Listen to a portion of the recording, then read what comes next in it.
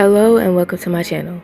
In this video we're doing some short press-ons, and these nails are inspired by a design that I will have linked below and credited, but in the original design it's just like a bunch of like rainbow swirls. It creates kind of like a marble effect, and so I'm doing that today, and I'm using mostly colors from Rosalind, but a few of the colors are from, well, a couple of the colors are from Melody, Susie, and Born Pretty. But I'll have everything linked below. I can't really like link every single individual gel polish set that I used for Rosalind, just because I used multiple gel polish sets because they sent me like a lot, y'all. So yeah, I just have their entire website linked below, or you can go on Amazon and find Rosalind because I think they're most popular there. But anyways, I'm marbling 3 colors at a time, and I'm kind of trying to keep them like separated, and I'm not like marbling them, like I'm keeping them separated and I'm not swirling them too much, so it's kind of like almost straight lines, but you know, more abstract straight lines, I guess.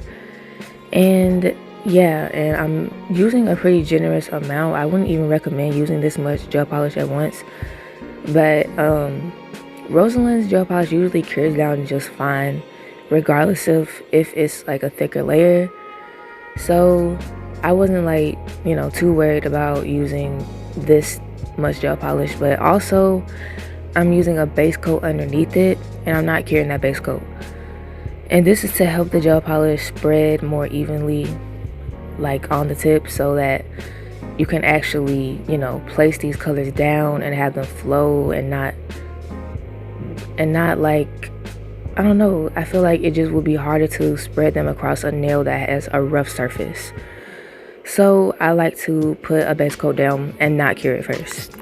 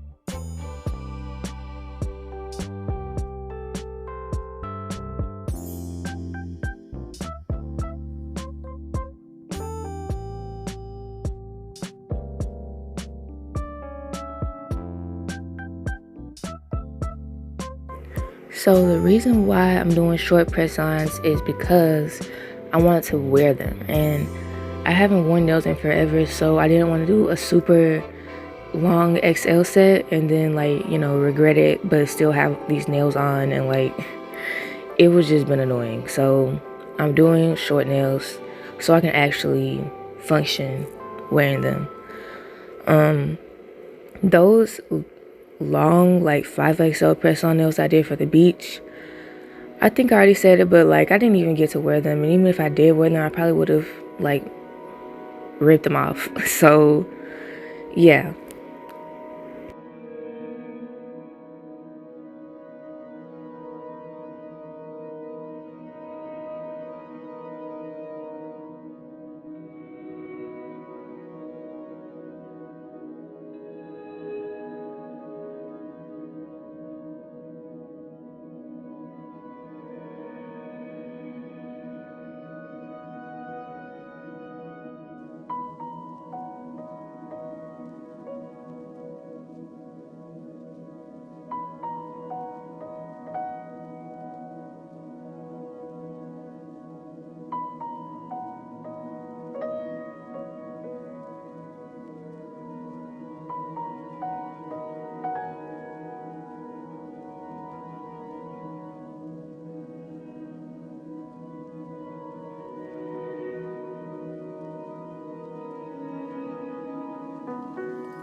For the other hand, it's just going to be the same thing, but with different colors, ranging from orange and going to purple. And right now I'm going to show y'all the original set that inspired this design. These nails look, I don't know, they just look so flawless and smooth. Like, I don't even know how they did that for real, unless they individually painted each line. I just assumed that they used this method with the brush, but it just wasn't like, it was coming out fine, but it wasn't coming out like theirs, and the lines on theirs were so thick they had to have painted them individually. Like, there's no way. It just looks so nice, but I'll try my best to kind of recreate it.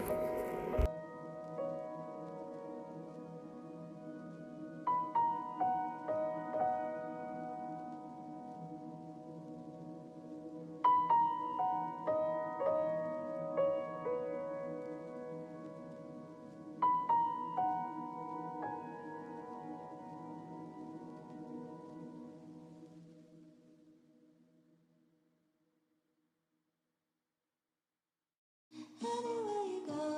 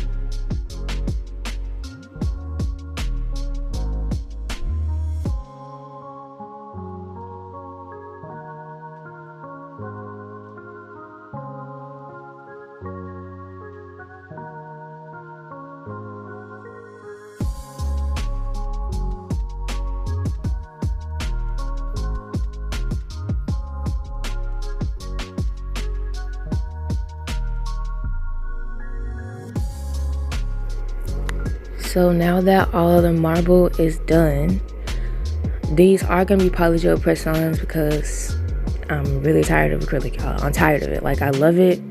I love working with it, but I'm tired of it. The smell and the cleanup, the mess, no.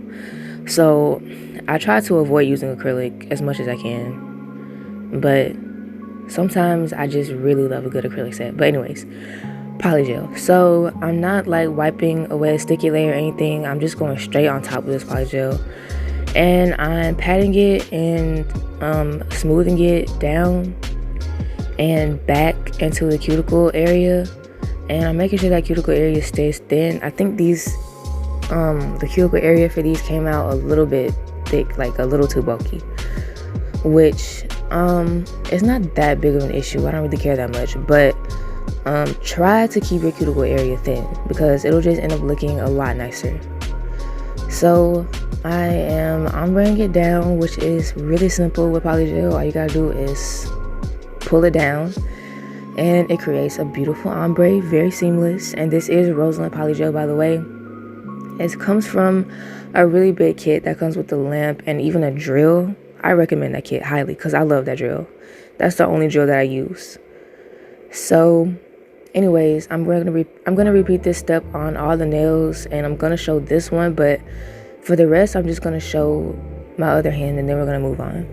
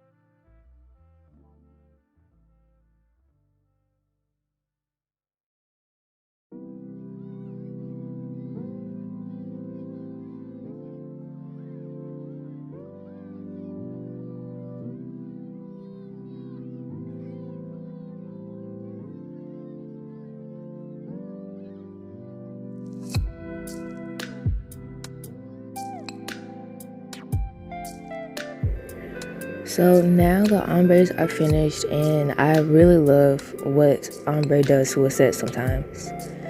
But anyways, we're encapsulating these with my last little bit of clear polygel left. After this, like, I don't know, I just can't do no encapsulated polygel sets. But it was fun while it lasted. Anyways, we're patting this down and smoothing it out, and make sure that you bring the polygel onto the side walls, but don't, like, bulk it up on the side walls. Basically do the same steps that you did with the ombre bead, except all over the nail, and smooth it out, and you should have a nice smooth application. I feel like polygel is just very easy to work with, especially if you're doing short nails. And you can take that excess polygel that comes off of the nail and put it on a different nail, so you don't have to waste any polygel. Or you can even put it back in the tube if you use too much.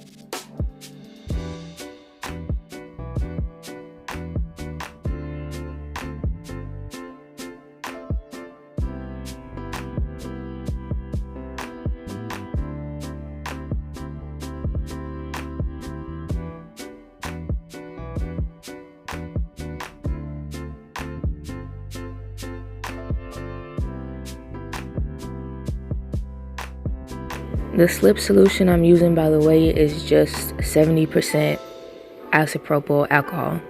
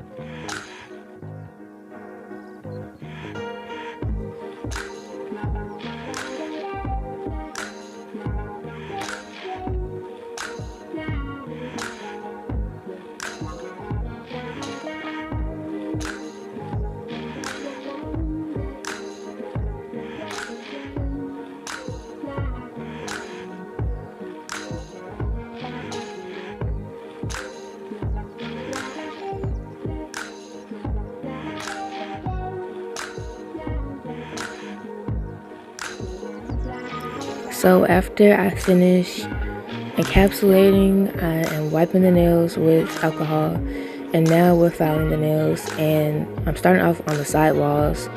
Do not file too much on the side walls though with your press-ons, because you can mess up the shape. I did kind of do that on one of my nails where it didn't fit my side wall completely anymore, but it's fine, it's fine.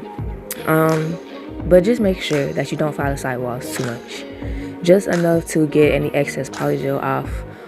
And also after that, I just go around the whole body of the nail and just file like a regular nail. I kept the side walls thin, and I kept the application overall pretty thin, so I didn't have to do too much filing. I filed the free edge at kind of like, I don't know, not like a straight up 90-degree angle. I kind of found it, I don't know, I guess like an 80-degree angle, I guess, I don't know.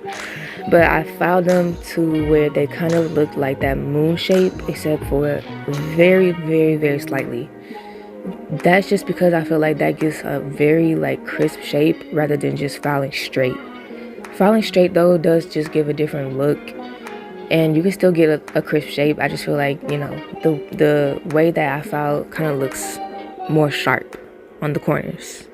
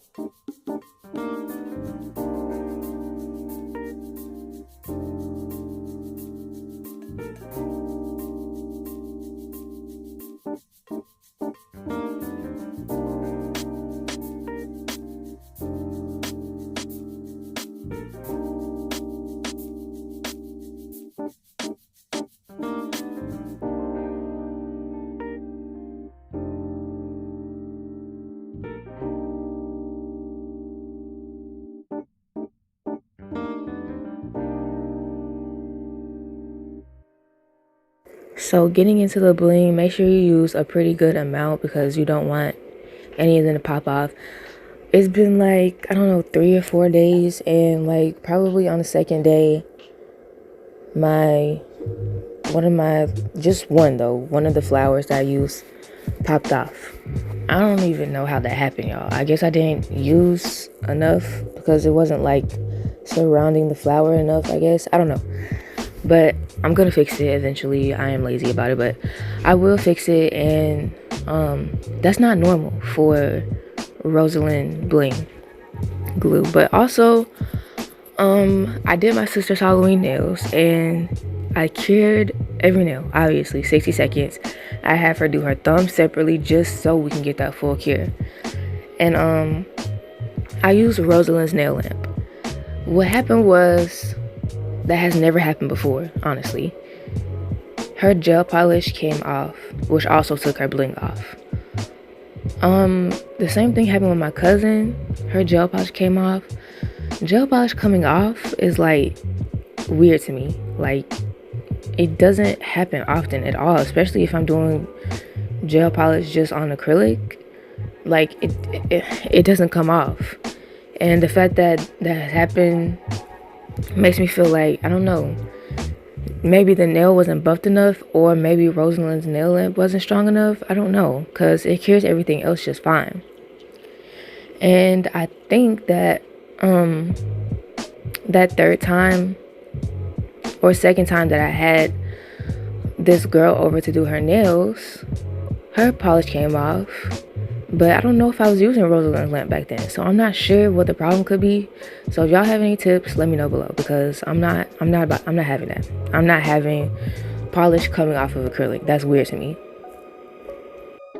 And just so y'all know, what I do after I file acrylic nails is that I have them go wash their hands, and then I wipe them with alcohol. And I do buff the nails with little buffers that I got from Shein. They leave scratches on though. Like, they don't just buff the nail completely smooth. So that's why I'm wondering, like, how?